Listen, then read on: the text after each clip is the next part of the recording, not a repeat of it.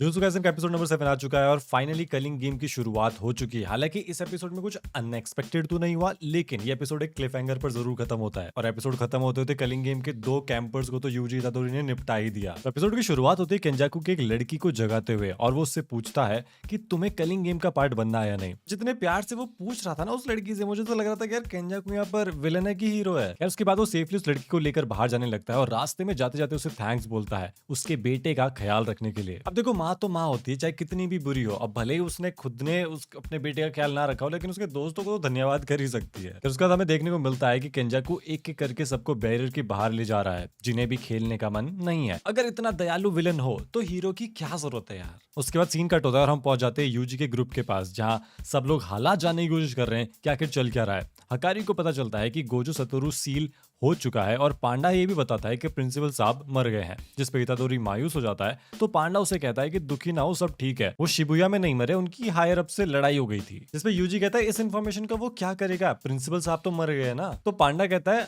हाँ, तो मैंने ये भी तो ऐड किया है कि दुखी ना हो। अब देखो, पांडा तो पांडा है, इमोशंस का ना उसे कुछ भी नहीं पता, तो उसे जो ठीक लगा उसने कह दिया। अब ये यूजी की जिम्मेदारी कि वो उस पूरे सेंटेंस में से अपने लायक इमोशंस को उठा ले। हालांकि हकारी भी इस बात से दुखी होता है, क्योंकि जुजुत्सु सोसाइटी में जो लोग उसका ख्याल रखते थे वो सभी मर चुके हैं या सील हो चुके हैं, और ये न्यूज उसके लिए बहुत शॉकिंग रहती है।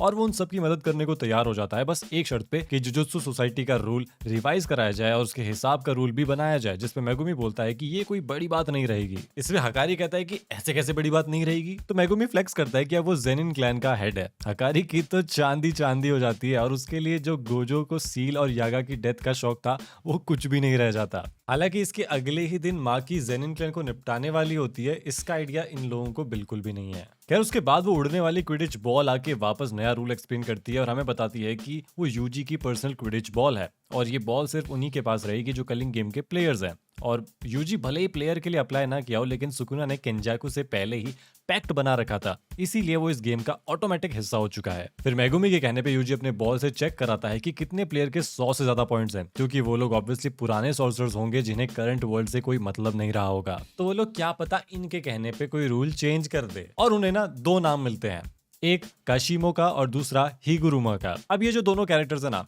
ये बहुत ज्यादा इंपॉर्टेंट कैरेक्टर्स है। एनिमे पॉइंट ऑफ व्यू से तो यही समझ में आ रहा है। और काशिमो को ढूंढने की जिम्मेदारी लेता है हकारी और पांडा, वही हिगुरुमा को ढूंढने की जिम्मेदारी मिलती है मेगुमी और यूजी को। लेकिन जैसे यूजी और मेगुमी गेम के अंदर घुसते हैं, वो 9 प्लेसेस में से किसी भी रैंडम प्लेस पे टेलीपोर्ट हो जाते हैं, और वहां बैठे रहते हैं कुछ कैंपर्स जो न्यूबीज को मारने का प्लान बनाकर रखते हैं। लेकिन देखो, सॉर्सरी की दुनिया है, और यहाँ पे ना मेगुमी और यूजी इतादोरी दोनों के दोनों स्मर्फ्स है, यानी कि वो बहुत हाई रैंक के प्लेयर्स है। यहाँ पर तो वो ऐसे ही निपटा देंगे सबको। तो वो बिना टाइम लगाए दोनों ही कैंपर्स को हेडशॉट मार देते हैं। हालांकि यहाँ से सस्पेंस शुरू होता है, दोनों को ही एक ऐसा पर्सन मिलता है जो हिगुरुमा को जानता है, और दोनों ही अपना अपना नाम भी बताते हैं, और साथ में हिगुरुमा के पास ले जाने को तैयार भी हो जाते हैं। लेकिन यहाँ पर सस्पेंस वाली बात यह है कि दोनों ही जो इंसान है ना, ये हिगुरुमा की अलग अलग लोकेशन बताते हैं, और यहीं पर एपिसोड खत्म होता है। अब मुझे लगता है कि दोनों ही जो इंसान है ना, ये किसी के नौकर है, मतलब किसी हायर रैंक सॉर्सरर के, जो इनका यूज करके अच्छे से सॉर्सरर्स को अपने पास बुलवाता है और उनको मार देता है, और वो बदले में कुछ लोगों को इन दोनों को देता होगा, और ये दोनों उनको मार के थोड़े बहुत पॉइंट्स कमा लेते होंगे। और इसीलिए ये कैरेक्टर्स यूजी और मेगुमी को हिगुरुमा का बहाना लेके अपने साथ ले जा रहे हैं। और जितना फोकस ये लड़की अपना नाम बुलवाने में लगा रही है, मुझे तो लग रहा था कहीं इसका कोई कर्स टेक्निक तो नहीं कि इसका नाम बोलने वाला हिप्नोसिस में चला जाए, पर शायद ऐसा नहीं है। मतलब इतना वाइल्ड कोई राइटर किसी रैंडम से कैरेक्टर को लेकर क्यों सोचेगा। हालांकि इस क्लिफहैंगर के साथ में एपिसोड खत्म हो जाता है, और मुझे लगता है कि नेक्स्ट एपिसोड में शायद हमें एक्शन की रैम्पेज देखने को मिले। तो जुजुत्सु काइसेन के फैंस कमर कस लो, क्योंकि अब ये जो फाइट्स है ना, ये नहीं रुकने वाली। किलिंग गेम अब स्टार्ट हो चुका है। हालांकि जो एपिसोड था ना, ये तो मुझे अच्छा लगा, मतलब इसमें काफी कुछ हुआ, इसमें एंटरटेनमेंट भी था, इसमें काफी सारे रूल्स भी दिखाए गए थे। आपको एपिसोड कैसा लगा कमेंट सेक्शन में जरूर बताना। वीडियो चलेगी तो लाइक और शेयर कर देना, और मैं आपको मिलूंगा अगली वीडियो में।